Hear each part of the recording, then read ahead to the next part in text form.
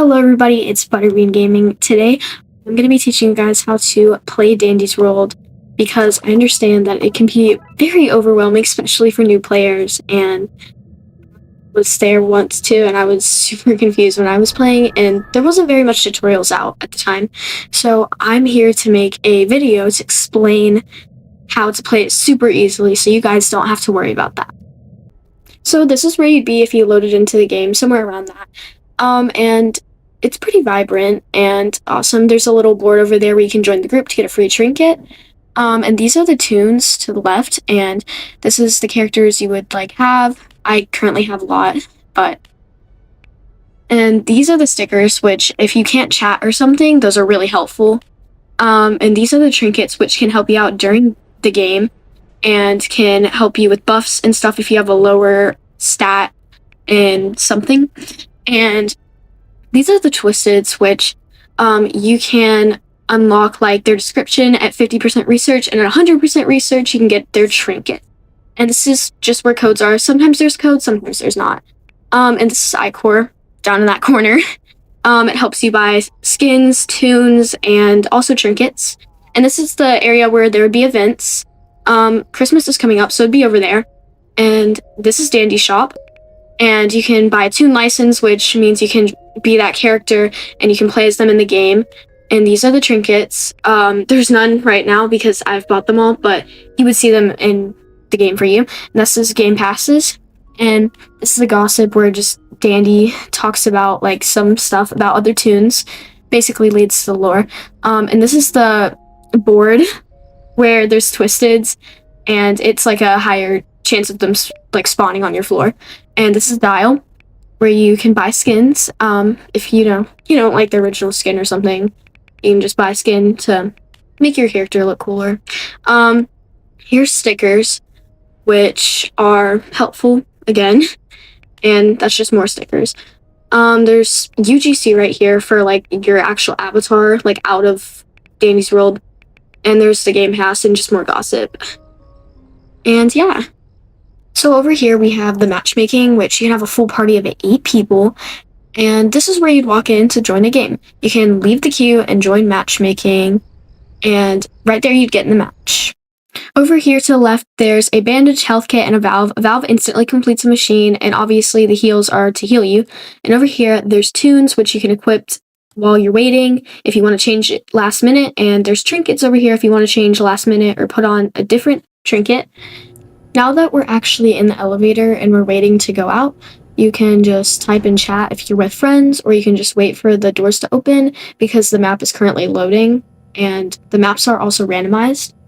So the doors have opened, and now we're going to go out, and our whole objective is to finish those 4 machines and stay away from twisteds that can hurt us and take a heart from us.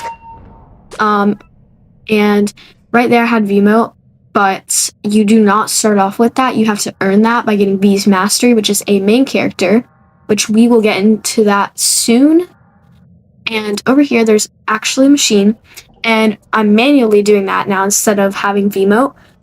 And as you can see, a skill check, right there. A skill check, you have that for a little more completion, but if you fail it, the twisteds are alerted where you are. But it can be helpful, but it can also be very annoying. Depends on your skill check by the star that you have on your character, because there's 1 through 5 stars, 1 being the worst, 5 being the best. And it just really depends on the character and stats. There's item slots to your right at the very bottom. Next to the ability, there's item slots where you can have things that you pick up on the floor, or if you start off with in the game, that can help you through your journey through all of the floors and just to help you out to survive. To the right below, you can see your trinkets and your hearts. That heart that looks black and cracked, that is the 3rd heart, but that's only for main characters. So if you're a common, a rare, any sort of that below main characters, you will have 3 hearts instead of 2, except for Sylvester, which is a Halloween character who has 4 hearts instead of 3 or 2. And the reason main characters have 2 hearts only is because they are like the main characters and they have 2 abilities instead of 1. And yeah, there's also passive and active abilities that can help you along your floors and can protect you and give buffs to teammates or even yourself. And those are very, very helpful. And for this toon, this is Gordy, and he has 2 abilities. He's a main character, and he's from the Halloween event. And he's pretty good, and he's helpful. And again, you can find items on the floor, and your whole goal is to finish the machines and stay away from Twisteds. And if a Twisted is chasing you, then start sprinting. And also, save your sprint. I'm telling you, save your sprint. If nobody's chasing you, do not sprint as much as you can because you'll run out of stamina pretty quick. Trust me. And right there, there's Dandy's shop where you can purchase from him to help you out. If you don't buy from him, he'll get angry and he'll become Twisted Dandy, so you can get research on him. And his trinket, I will say it's pretty good. I won't spoil it for you, but it is really good. So now we're going on to the next floor. And the higher you get for floors, the more machines there are. So for example, in a solo, you might get to floor 7 and you might have 5 extractors. It really just depends. I don't remember the exact number for solos, but they will begin to get higher. The max limit for extractors, I believe, is 25. So if you're at like floor 100, the max is 25. And there's actually a Twisted on this floor named Gigi, who is quite interesting. She can grab items from you. See, she's right there. She can grab items from you, and she can still hurt you.